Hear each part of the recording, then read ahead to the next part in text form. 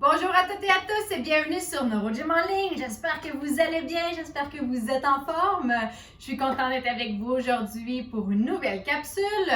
Donc, dans la séance d'aujourd'hui, on va faire quelque chose qui est un petit peu différent. On va faire des étirements. Donc, 5 étirements pour aider à la souplesse des muscles, aider à la mobilité générale. Pixie vient vous dire bonjour. Pixie aime beaucoup faire des étirements. Donc, tous les exercices que je propose aujourd'hui se font de façon couchée.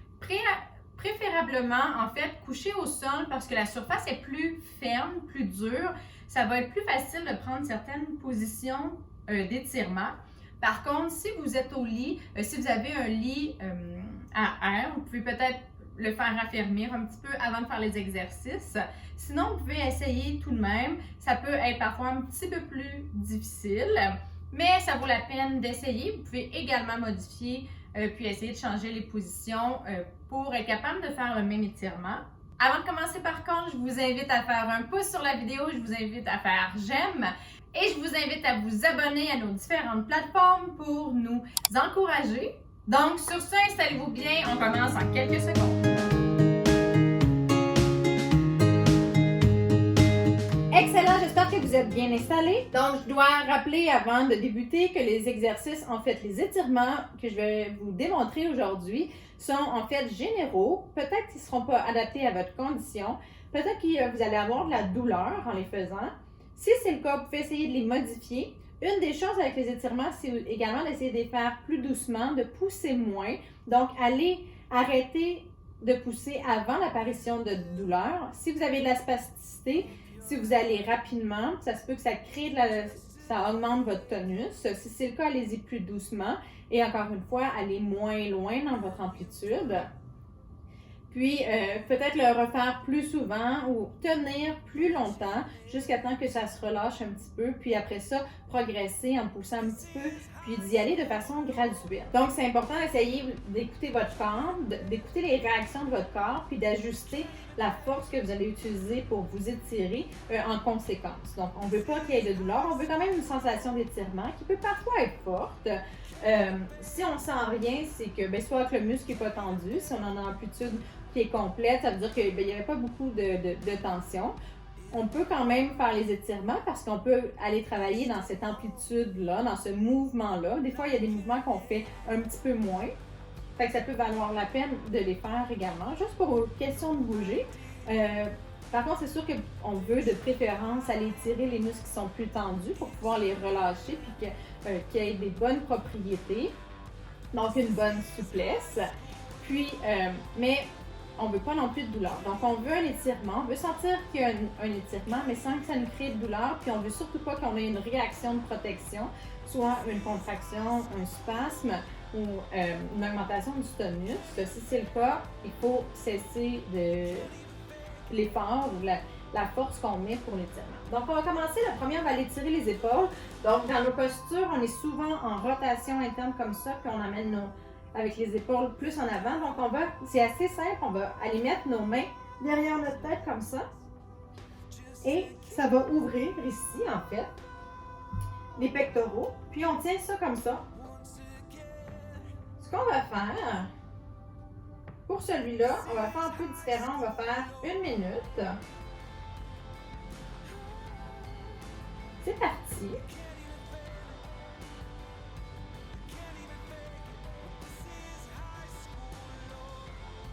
Donc, pour les étirements, il y a différentes façons de faire. C'est sûr que plus longtemps on va tenir un étirement, plus il va avoir, plus la propriété, les fils musculaires vont avoir le temps de se relâcher, plus ça va être efficace. Certaines positions sont peut-être plus difficiles à tenir pour plus longtemps. Donc, si on pense par exemple aux gens qui ont des orthèses de repos, une orthèse de repos, son objectif, c'est d'aller tirer une articulation, c'est d'aller tirer un muscle. Puis, on met ça habituellement, quand on est au repos, on peut le mettre, certaines orthèses de repos se portent la nuit, d'autres se portent pendant le jour. Puis, habituellement, on porte ça de 1 heure à quelques heures, donc pour que ça soit plus efficace. quand on fait les étirements qui sont actifs, ce que je donne le minimum, parfait. Donc, on va se replacer, on va refaire une autre minute. Donc, mais vous pouvez aussi rester dans cette position-là si ça fait du bien, puis juste la tenir plus longtemps, on repart. Donc, le minimum que je donne habituellement, c'est 3 fois 30 secondes. Donc, quand il y a des positions d'étirement qui sont un petit peu plus, qui sont actives, soit il faut tirer sur un muscle, soit il faut prendre une certaine position. Puis parfois, certaines positions, vous allez voir, même aujourd'hui, il y en a des positions qui peuvent être un petit peu complexes à prendre. Si c'est le cas, faire 3 fois 30 secondes, c'est l'idéal. Puis, on essaie d'aller chercher un petit peu plus longtemps ou d'aller tirer un petit peu plus, puis de garder, de le faire fréquemment. Donc, pourquoi c'est important de s'étirer? Quand on parle de la condition physique, en fait, on a différentes composantes. On va avoir notre force, on va avoir notre système cardio-respiratoire, mais on a également la souplesse. Puis, dans nos mouvements, pour notre appareil locomoteur, donc nos bras, nos jambes, notre tronc, oups. Je continue mon explication, je vais juste vous montrer le deuxième exercice. Maintenant, on va s'asseoir.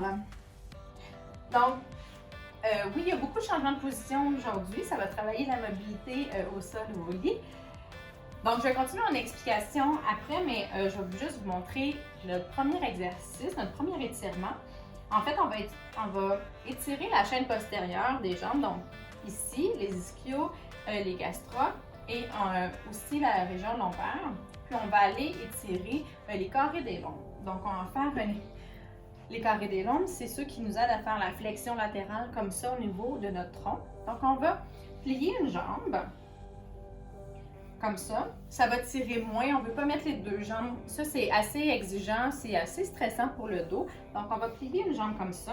Pour ceux qui ont beaucoup de spacité, allez-y doucement. Ça se peut que ça soit difficile de prendre cette position-là parce qu'on étire, on est en train d'étirer un petit peu les adducteurs également.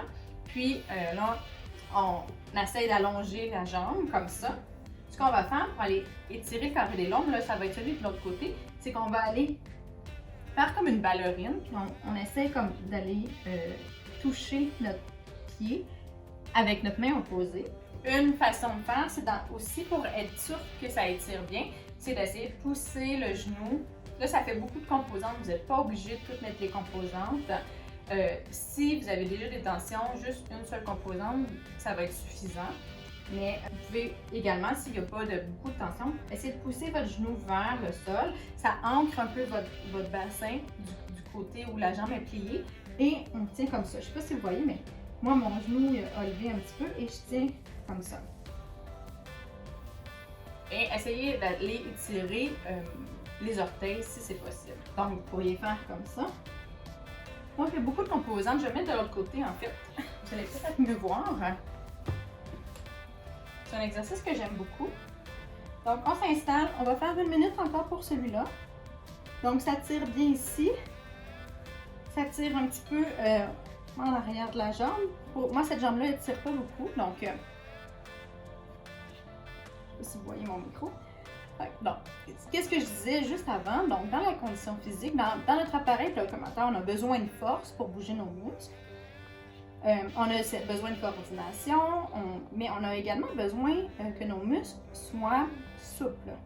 Donc, s'ils sont rétrécis, s'ils sont tendus, il va y avoir un manque d'amplitude parce que quand notre muscle de l'autre côté va vouloir faire bouger notre articulation, par exemple, ici, si je veux plier mon bras, puis que je veux faire une flexion de mon coude, si mon triceps est très, très tendu, puis il raccourcit, ça ne me permettra pas d'aller l'étirer, en fait. Donc, je ne pourrais pas aller à mon amplitude complète en flexion. Excellent. On va se redresser un petit peu. On va faire de l'autre côté. Là, je vais mettre comme ça vous allez mieux voir. Donc, excellent. Maintenant, on va plier cette jambe-là. On va allonger cette jambe-là. On va faire la même chose. On va emmener notre bras opposé. On s'installe bien. C'est parti! Bon, là, je le sens beaucoup plus. Donc, moi, ça tire plus dans la chaîne postérieure. Ça tire un peu dans ma fesse. Ça tire ici. Donc, comme je disais, par rapport au biceps, on a besoin justement, en fait, le triceps s'il est tendu. Puis, quand on a un manque de force également, si on va devoir forcer, si mon biceps n'est pas assez fort, il ne pourra peut-être pas contrer contre la résistance que le triceps va donner. Donc, quand on a des faiblesses ou des paralysies ou de la spasticité, souvent, le muscle opposé au muscle spastique, souvent, il est faible. Donc, ça fait que la fonction va être encore plus diminuée.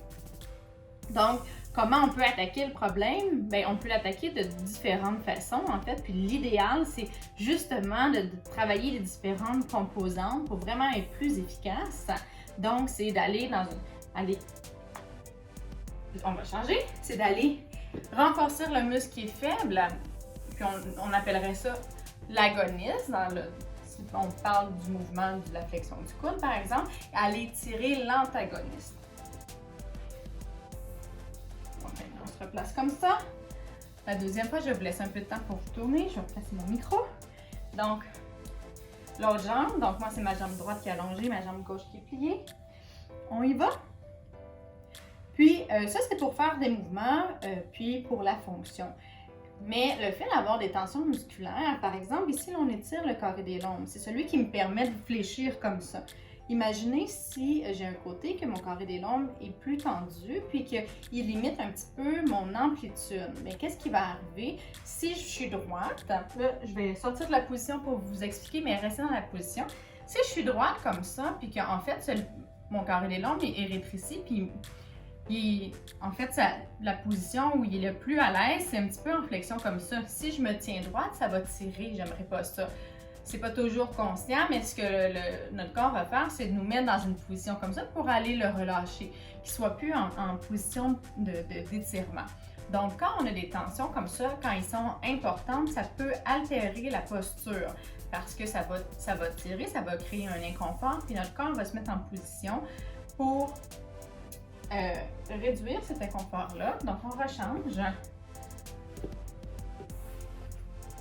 Donc, j'allonge ma jambe gauche puis la jambe droite. Donc, dans la posture, si ça vous intéresse, la vidéo de lundi était sur l'équilibre, mais je donnais aussi beaucoup de conseils sur la posture. Excellent. Donc, on reprend la position.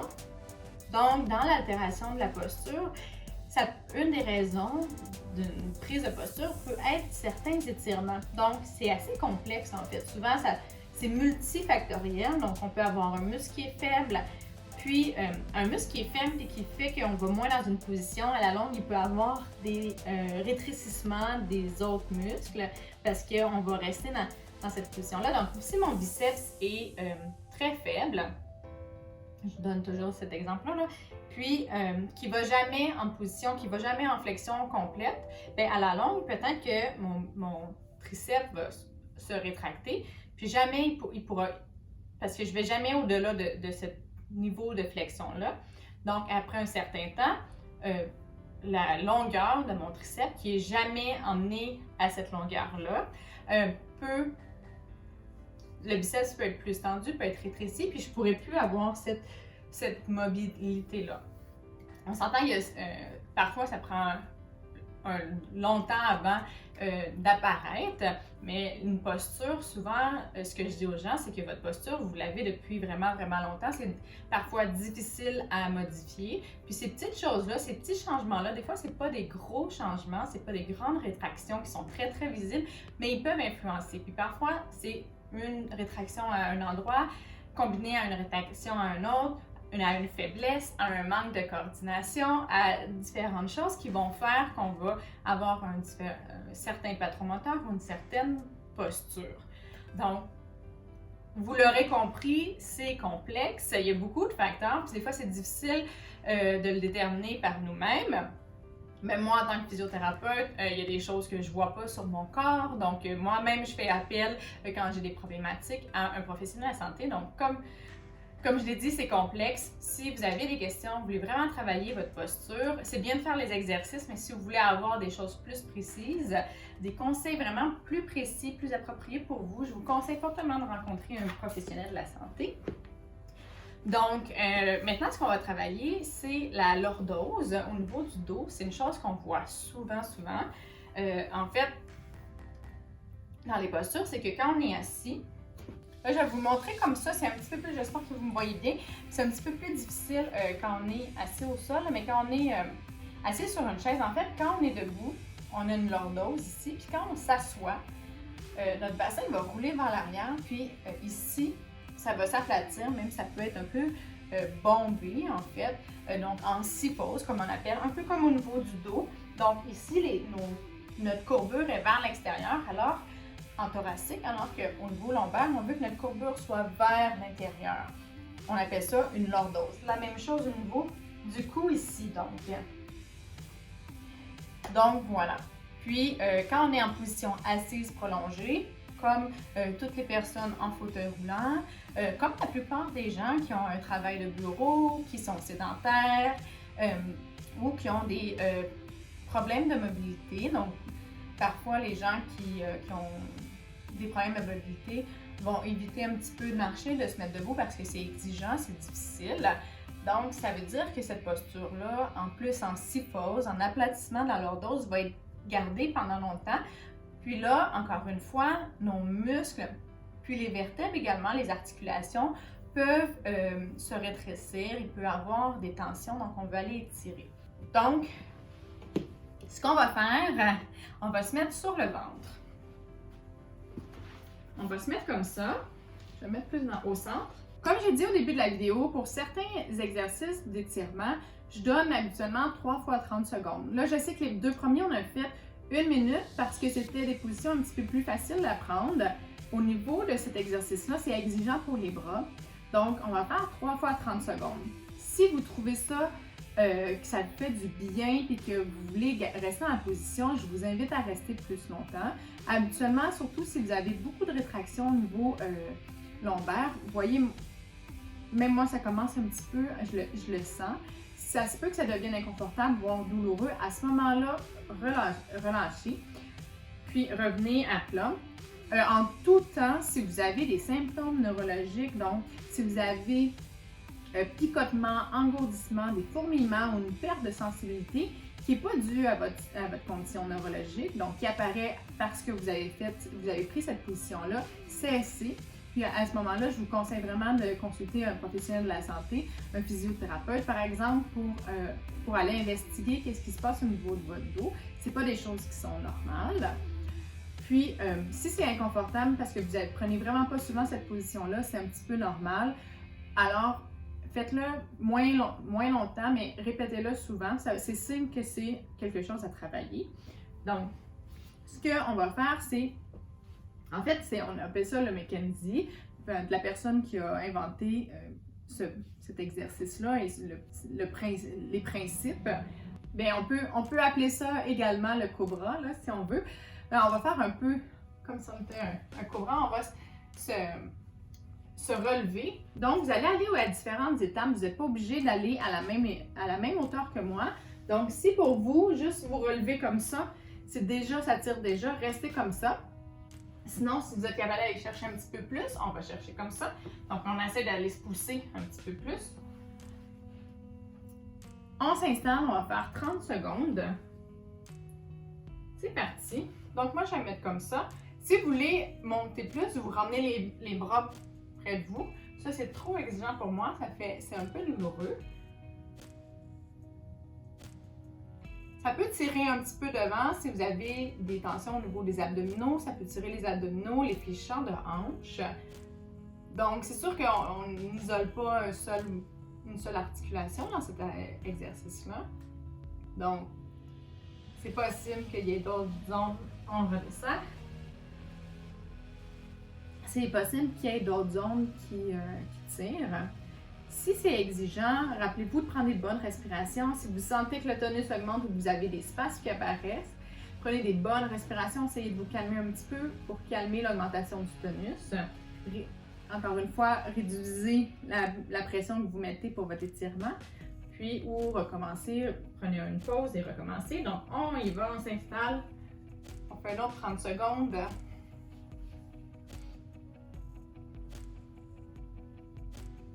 Donc, ça travaille également les bras. Donc, la plupart des exercices en étirement, c'est ça. Des fois, on a besoin d'utiliser d'autres parties de notre corps pour nous étirer. Si vous avez quelqu'un qui peut vous aider, des fois, c'est efficace.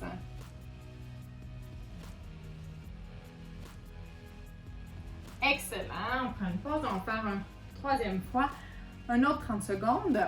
Bien, on prend une petite pause. On s'installe. On y va.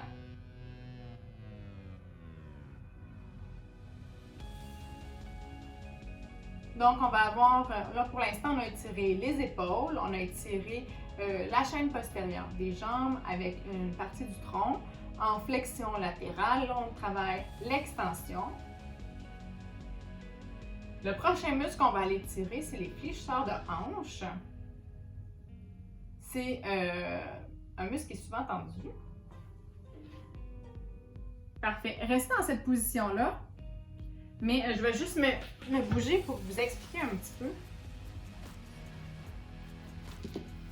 Donc, les fléchisseurs de hanche, donc le psoas par exemple, va s'attacher au niveau du dos, puis il va s'attacher au niveau de la hanche, puis il fait faire une flexion comme ça. Quand on est debout, on a notre hanche habituellement à 0 degré de flexion et d'extension. C'est pas tout le monde. Si vous avez des rétractions au niveau des fléchisseurs de hanche, peut-être que vous allez, ce qu'on voit quand c'est le cas, là, les gens vont être penchés vers l'avant parce que le bassin va être, la jambe va rester droite parce que habituellement on garde les jambes droites dans la majorité du temps, mais ça va tirer en fait sur notre bas de dos, puis ça va faire que les jambes vont être plus en flexion. Ceux qui sont en fauteuil, ça veut dire que votre jambe, là, votre jambe est à peu près dans cette position-là tout le temps. Donc, elle est à 90 degrés de flexion, alors que le 0 est à 180. Donc, il manque la moitié d'amplitude. Puis ça, cette moitié-là d'amplitude, bien, ceux qui ne peuvent pas prendre la position debout, cette moitié-là n'est pas souvent, la jambe ne va pas souvent dans cette amplitude-là, donc il peut avoir des rétractions. Puis, vous pouvez le sentir si vous êtes couché sur le dos, que ça tire dans votre dos, que ça fait mal. Je sais que certaines personnes même mettent des oreillers sous les jambes pour les soulever. Je trouve que ce n'est pas nécessairement une bonne habitude, à moins qu'un professionnel de la santé vous ait dit le contraire dans votre cas précis, parce que ça va entretenir cette flexion-là. On appelle ça un flexum, quand les gens sont pris dans cette position-là. Donc, essayez graduellement d'essayer d'aller au moins chercher le 0 degré. Bon, assez parlé. Maintenant, je vais vous montrer comment on peut l'étirer. Donc, pour ce muscle-là, je vais vous montrer deux variantes parce qu'il y en a une qui est difficile à faire, puis il y en a une qui est difficile parce que la position est difficile à prendre. Ça va être plus pour les gens qui sont marcheurs. Pour les autres, ou pour ceux qui... Vous pouvez le faire selon votre préférence également. Vous verrez laquelle est la plus efficace. Donc, en fait, pour ceux qui ont plus de difficultés ou qui ne pourraient pas prendre la position parce qu'on va se mettre en chevalier, ce que vous pouvez faire, c'est ramener vos deux jambes comme ça, en prendre une ici au niveau de votre lit. Si vous êtes sur le côté, vous pouvez juste laisser, là, moi je suis pas au sol, je suis au sol, je suis pas au lit, puis laissez tomber la hanche comme ça. Puis si votre jambe elle reste là, comme ça dans les airs, c'est vraiment qu'il y a une rétraction. Puis avec la gravité, ça va agir pour aller étirer votre fléchisseur ici. Une des choses que vous pouvez faire également, rapidement, c'est prendre soit un coussin, un oreiller ou quelque chose, et le mettre au-dessus, juste au-dessus de vos hanches. Faire la même chose, ramener une jambe et laisser tomber la jambe, comme ça, ça va étirer. Donc le but, en fait, c'est de soulever les fesses, puis de laisser tomber la jambe comme ça. Donc, qu'est-ce qui retient? C'est ici. Vous allez bien sentir si vous avez des tensions. Sinon, si vous ne voulez pas mettre un coussin ou que c'est inconfortable, vous le faites sur le bord de votre lit comme ça. Ou Pour les autres, ceux qui sont capables, on va le faire en chevalier. Donc, on va se mettre à quatre pattes. Ce qu'on va faire, c'est on va emmener une jambe comme ça, à plat. Là, vous ne me voyez plus le haut du corps, là, mais donc à 90, en fait. Puis là, on va avancer comme ça pour aller étirer ici. Donc, ces trois variantes, vous pouvez prendre celle en fait qui est le plus appropriée pour vous, peut-être par rapport à la position que vous avez en ce moment ou par rapport à vos capacités. Donc, essayez-les. Les sont pas toutes exactement pareils. Donc, ben non, ils sont pas pareils. Donc, essayez-le. Peut-être qu'il y en a qui vont étirer plus que d'autres. Donc, on va faire 3 fois 30 secondes pour chaque côté. C'est parti. Donc, on se met dans une position où on sent un étirement. Donc, par exemple, moi ici, je ne sens pas d'étirement. Peut-être que vous sentez un étirement.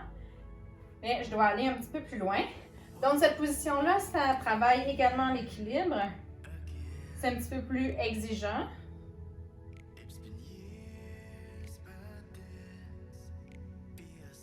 Donc, on ne lâche pas. Ce que j'aime bien aussi, vous pouvez essayer de contracter la fesse pour que ça pousse un petit peu plus. Excellent. Je vais faire de l'autre côté.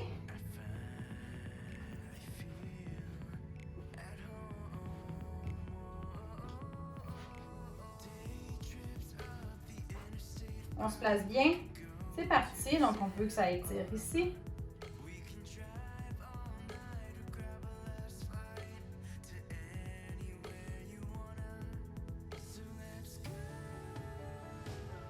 Je ne sais pas si vous voyez que je me réajuste. Ça demande d'autres... ça travaille d'autres composantes. Donc, la stabilité de la jambe opposée. L'équilibre. Excellent.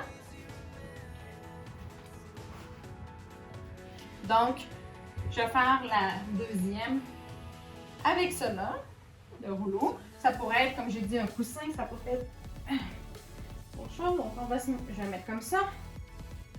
Prends la jambe comme ça et c'est parti. Donc, avec la gravité, ma jambe est emmenée vers le bas.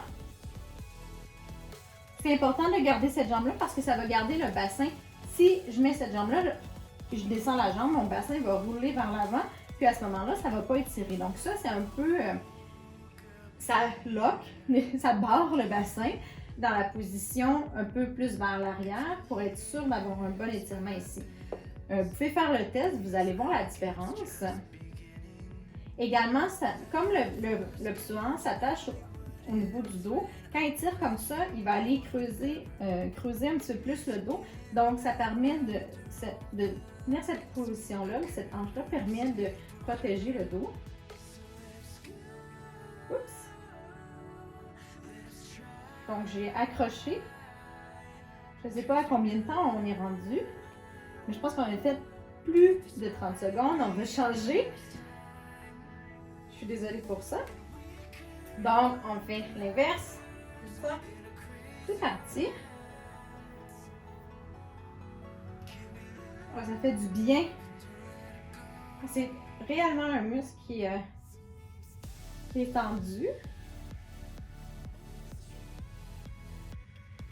Prenez des bonnes respirations si c'est douloureux. Aussi, il y a de l'augmentation de spasticité. Relâchez, vous pouvez relâcher. Une façon de relâcher, c'est aussi comme ça. En relâchant la jambe opposée que vous tenez. Excellent. Donc, en fait, je vais rester dans cette position-là. Ça va être un petit peu plus simple. Ceux qui sont en position de chevalier, vous changez votre jambe d'une fois à l'autre. Sinon, les autres, vous changez comme ça. Donc, on s'installe. Dernier 30 secondes.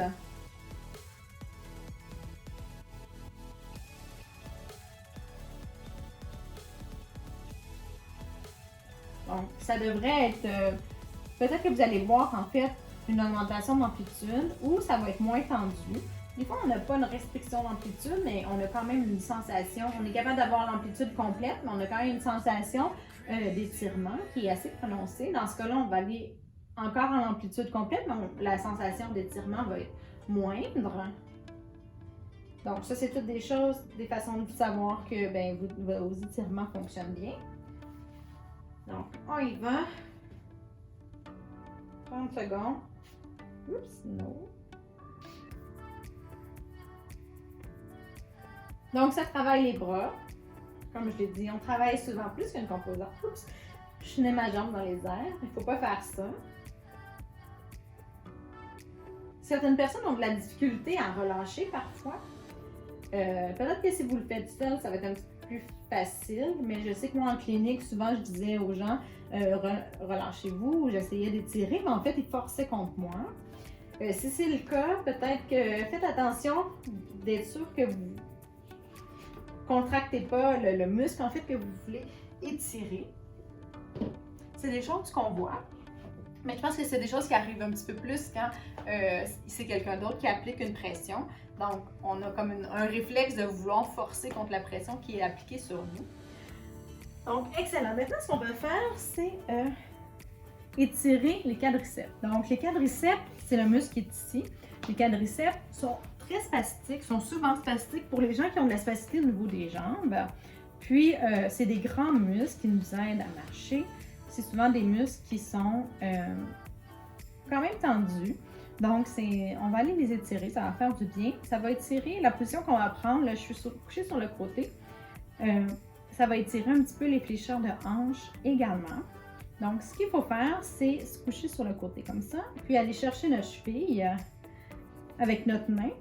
Et en fait, on tire vers l'arrière. On tire notre pied, puis on essaie de le ramener vers nous. On essaie d'emmener toute notre jambe vers l'arrière, comme ceci. Donc, on va faire, comme c'est exigeant pour les bras, on va faire 3 fois 30 secondes. Donc, on s'installe, c'est parti. Donc, vous devriez sentir un étirement ici. Si vous avez beaucoup de tension au niveau des fléchisseurs de hanche, vous allez peut-être sentir également de la tension. Moi, je le sens juste dans mon quadriceps, mais je le sens bien. Il y a beaucoup de tension. Donc, je vous rappelle, si jamais il n'y a plus de tension, vous tirez un petit peu plus, vous essayez d'aller plus loin. Donc, on veut toujours sentir une sensation d'étirement. Excellent. Je vais me changer de côté, mais vous pouvez juste vous tourner de votre côté. Donc, on s'installe, c'est parti. Ouh, ce côté-là, oh, est vraiment plus tendu. Donc, ma jambe gauche, j'en fais tout mon côté gauche, mon épaule, ma hanche, ma jambe sont plus problématiques, je dirais. Donc, souvent tendu, un peu moins fort. Ça, c'est une des choses aussi. Comment les tensions musculaires, les nœuds musculaires se forment. Je vais juste me changer de côté. Je vais continuer mon explication en étirant. Donc, un nœud musculaire, une tension musculaire, c'est un rétrécissement des fibres. Puis les fibres musculaires, il y a l'actine, la myosine, c'est comme deux petits bonhommes qui ont des pieds qui marchent un sur l'autre, puis qui s'attirent, puis qui se relâchent. Si on travaille très fort, puis que là, notre contraction est très forte, puis il y a un lien qui se fait qui est très, très fort, il va y avoir de la difficulté à se défaire pour que les fibres, l'actine, myosine se relâchent, puis se séparent, puis qu'ils aient de chacun de leur côté. Là, je l'image vraiment très vulgarisée, mais ça vous intéresse, il y a des vidéos sur YouTube qui expliquent ça. De le voir visuellement, les fibres d'actine, myosine, ça permet de comprendre bien. Donc c'est ça. Fait une des choses, c'est s'il y a une contraction qui est forte. Donc, si on s'installe, on est parti pour 30 secondes. Si notre muscle travaille à 80% de sa force maximale pour une certaine tâche, par exemple, mais il travaille fort. Donc, par exemple, moi, ma jambe gauche est plus faible. Si quand je marche, ma jambe droite travaille à 40% parce qu'elle est forte. Puis soulever mon poids, ça lui demande juste 40% de son effort maximal. Là, je prends des chiffres fictifs. J'ai aucune idée, je ne l'ai pas en tête, là, quel pourcentage c'est peut-être pas les bons chiffres, c'est juste pour imager. Mais si ma jambe gauche est beaucoup plus faible, soulever le même poids pour quand je marche, ça peut le faire travailler ma jambe droite à 80%, même voire 90%. C'est comme si vous preniez une charge que vous avez presque pas la capacité de soulever. Vous voyez, quand les gens ils soulèvent des charges vraiment lourdes, puis là, ils travaillent fort, puis là, on voit le muscle qui se contracte fort. Mais ça, c'est une contraction qui est forte. Plus elle va être forte, plus elle va être difficile de se relâcher. Donc, puis aussi, quand on a des contractions qui sont très rapides, comme ça arrive souvent, la plupart des gens ont fait des faux mouvements, puis il y a eu une contraction réflexe qui s'est produite, puis après ça, ils sont restés dans une position, puis il y avait vraiment des points de tension très forts, puis un torticolis, par exemple, qui sont restés comme ça parce qu'il y avait un spasme musculaire. Le muscle est resté en spasme. Donc, ça aussi, c'est des choses qui peuvent favoriser l'apparition de tension musculaire. Puis, des fois, c'est des petits nœuds musculaires, mais à la longue, on va éviter de bouger. Puis, ça peut créer des plus grandes tensions. Ça peut créer aussi une altération de la biomécanique des muscles. Donc, ça, c'est des choses qui créent les tensions musculaires, puis éventuellement les rétractions musculaires. Donc, une façon de faire, c'est, encore une fois, de travailler sur un autre plan, de travailler plus qu'une composante, plus qu'un aspect d'une problématique, c'est de travailler la force musculaire. Donc, si vous voyez que vous avez souvent des tensions, par exemple, dans un muscle, les muscles des omoplates, peut-être que c'est parce qu'ils sont trop faibles, puis quand ils travaillent, quand ils sont sollicités, là, ils travaillent à une trop grande charge, puis ça engendre des nœuds musculaires et éventuellement des rétractions, puis de la douleur. Une autre chose, c'est si un autre muscle est faible, il peut avoir une compensation. Ce qu'on voit souvent, c'est les trapèzes. Donc, quand les gens sont faibles, des fois, il n'y a plus de faiblesse, mais ça a été une compensation qui a été utilisée. Donc, pour lever le bras, les gens ils vont lever toute l'épaule comme ça parce que le trapèze est un muscle qui est quand même fort. Puis là, le trapèze est sur-sollicité. Des fois, ils l'utilisent tout le temps. Il y a des gens qui utilisent le trapèze puis l'élévateur de la scapula pour presque tous les mouvements de l'épaule, du bras, alors que des fois, il n'y a pas vraiment de charge. C'est juste parce qu'ils ont compensé souvent, puis là, c'est devenu une habitude.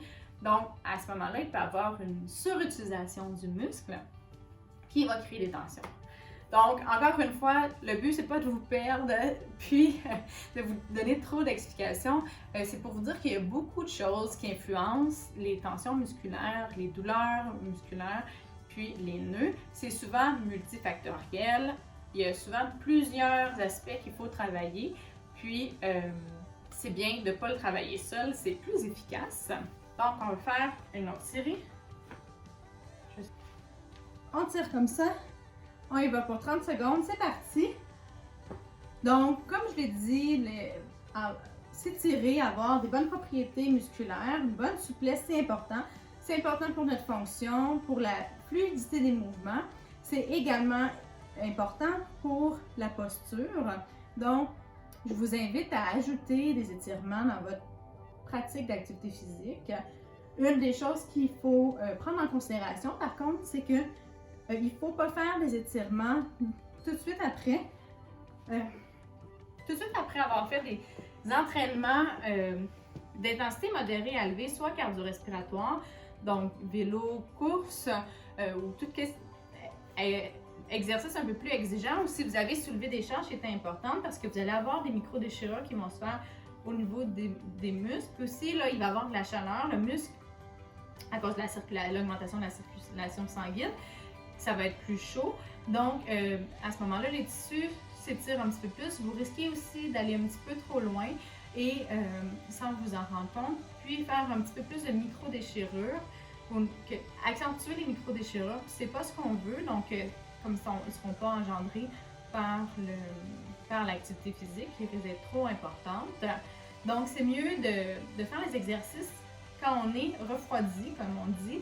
Donc, après qu'on a fait le retour au calme, puis qu'on n'a pas cette chaleur-là qui a engendré l'activité physique. Donc, après avoir pris sa douche, on peut faire ça le soir. Vous pouvez faire ça en écoutant la télévision, par exemple, ou vous pouvez faire ça même le lendemain. Mais juste d'essayer de le faire, idéalement 3 fois par semaine, de vous étirer 3 fois par semaine. Puis, même si vous avez des problématiques, vous voyez qu'il y a des muscles qui sont très tendus, qui altèrent déjà votre posture, je vous invite à les étirer tous les jours et à travailler votre posture pour travailler également le schéma corporel. Ça va également travailler les muscles en renforcement, les muscles qui ont besoin d'être plus forts pour maintenir votre posture, puis ça va étirer les autres muscles. Donc voilà pour la séance d'aujourd'hui. Donc on a fait 5 étirements pour l'ensemble du corps, les épaules, le tronc, les jambes. Donc si c'est le genre de séance que vous aimez, si vous voulez plus de séances d'étirement, je vous invite à nous l'écrire en commentaire. Comme ça, je saurai qu'il faut que je fasse plus de séances où on fait des étirements. Je vous invite également à faire un pouce, à faire j'aime sur la vidéo et à vous abonner à nos différentes plateformes. Donc, vous pouvez nous suivre sur Facebook, YouTube et Instagram. Je vous invite également à partager en grand nombre aux personnes que ça pourrait intéresser et aider. Et sur ce, je vous dis merci d'être avec nous. Je vous souhaite une excellente journée et à bientôt dans une prochaine vidéo.